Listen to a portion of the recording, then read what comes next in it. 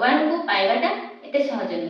अनेक जन्म तप फले मनुष्य जन्म मही तले तापर जाई तप कला परे भगवान भागवत सुनवा को मिले। ध्रुव तपस्या फल चाई स्तुति करती तार तपे जननी देखता समीपे बेणु जे सत्य जुगे राजा अधर्मी पारे जन प्रजा हरि की नष्टा पई भले ब्राह्मण कोपेता मारिले।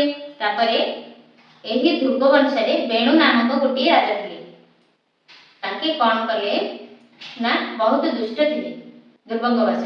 ए बेणु राजांकर दुष्ट प्रकृति देखि तांको बापा अरण्य पशिगले। तापरे बेणु कौन करछिंती अराजकता देखि मुनि माने बेणु को राजा करदे। राजा करबारु बेणु कौन कले ना समस्त को कहिए प्रजा मानकु जे मते पूजा कर मु होछि नारायण। सेति भाई मुनि माने ए सब सही न पारी बेणु को अभिशाप दे मार देले। पूरा अंग को मंथन करिबारु भगवान पृथु रूप रे भगवान प्रकट हेले अवतार ने। बेणु जे सत्य जुगे राजा अधर्मी काम पाले जन प्रजा हरि की नष्टा पई भले ब्राह्मण कोपेता मारिले। राजा मरणीय राजके प्रजा नाचिले दुष्ट लोके ता देखि द्विज स्तुति करे तक्षणे पुत्र रूप धरे।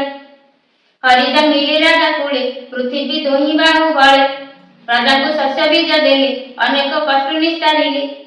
तापरे भगवान पृथ्वी की माने बेणु जो दुष्ट होथिले आ शस्य संपद मां पृथ्वी माता सब कष्ट सही पारती किंतु पापर भार सही पारती सेति भाई शस्य संभाळ सब हेउ नथे। तो भगवान पृथु अवतार परे पृथ्वी शस्य संभाळ हला ताके लुचि छपी बहुत तप जोग समाधि सब साधे। अर्थात आमे पूजा पाठ जहाँ करबा लुचि छपी करबा कहि देले सब करबा।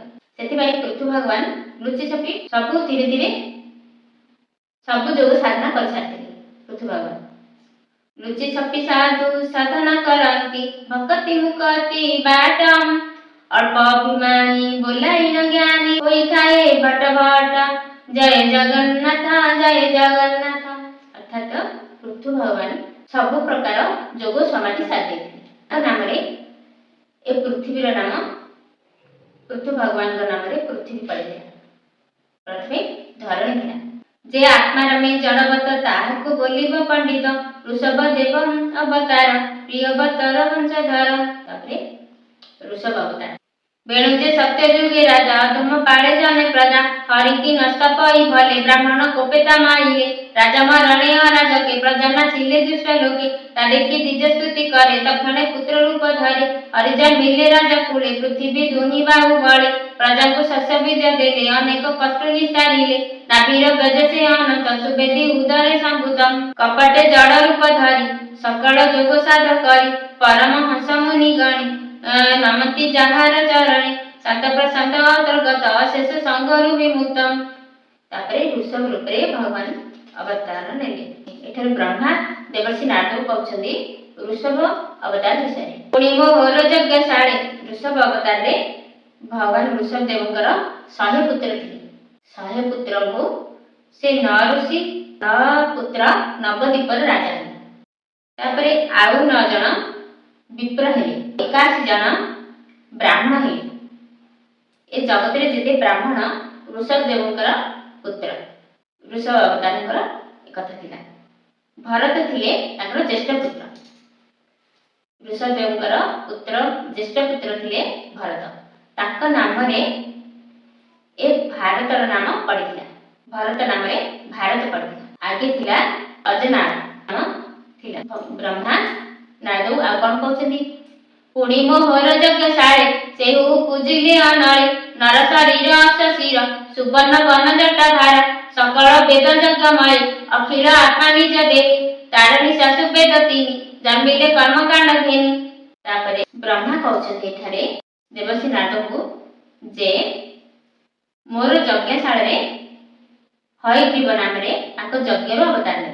हयग्रीव अवतार ने देहटा नर आउ अश्वशीर घोड़ार मुंड आउ देह नर शरीर कहीं ना गोटे असुर थिला सी कहले सी कहला मो परी जी हम मत मार तापाई भगवान वेद उद्धारिया यही अश्व शरीर आ नरर शरीर आ अश्वर मुंड धरी ब्रह्मांडर यज्ञ आविर्भाव होते सकल वेद यज्ञमय अखिल आत्मा निज दे तार निश्वास वेद तीन जमिले कर्मकांड घेनी निश्वास वेद तीन वेद जन्मे जुगात काले महाजले राजा तर्पण करी गले मिलिले मत्स्य रूपे धरी राजा तारणी नर हरि तापर ए जो जुगांत जुग अवसर परे शेष परे ए सब लुप्त हो गला तापर भगवान मत्स्य रूप धारण करे मत्स्य रूप धारण करी थरे सत्यव्रत राजा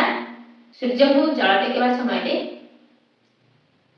गोटे मत्स्य आंजुड़ी की आसला कहले मत रक्षा कर कहबारू सत्यव्रत राजा नहीं कूपर रखे तापरे मछली आउ थे पुणी डाक देला मत ये जगह होनी मत नदी नहीं रख तापरे नदी नहीं रखले नदी कहले मत ये जगह होनी मत समुद्र रख नहीं समुद्र रखबारू मत्स्य बजार रे समुद्र रु वेद उद्धार कले वेद सलिल उद्धारी मिलिले मत्स्य रूप धरी राजा तारणी नर हरि जोग विप्लव जल राशि थिला जे महाजल मिशी से वेद सलिल उद्धारी मनुकु देले नर हरि बासव संपद उद्धारी क्षीर समुद्र मंथी बारी मिली सकल देवासुर समुद्र स्थापिले मंदर तापरे भगवान कच्छप रूप धारण करे कच्छ रूप केते बेले धारण करे कच्छप रूप थारे कौन हिची दुर्वासा ऋषि आसुचंदी भगवान ताको प्रसन्न होई पद्म फूल मालाटी देइथिले तापरे दुर्वासा ऋषि आसुचंदी देखिले इंद्र जते बेले भेटिले दुर्वासा ऋषि भाबिले मु कौन देबे गळा थिबा पद्म मालाटी भगवान देइथिले इंद्रଙ୍କ गळारे पिंधि देबारू इंद्र कौन कले अनादर करी हाथी को पिंधे ताको अलगत हाथी को पिंधे पिंधिबारू हाथी कौन कले ताको सुंदरी नहीं पादरे चकुड़ी दे दुर्वासा ऋषि मोर अनादर है माँ लक्ष्मी अनादर है कहीं पद्म फूल माँ कमला बास करती माँ लक्ष्मी बास करती अनादर है दुर्वासा ऋषि इंद्र को अभिशाप दे जे लक्ष्मी छड़ा हो जाए से आम भगवान पुष्प को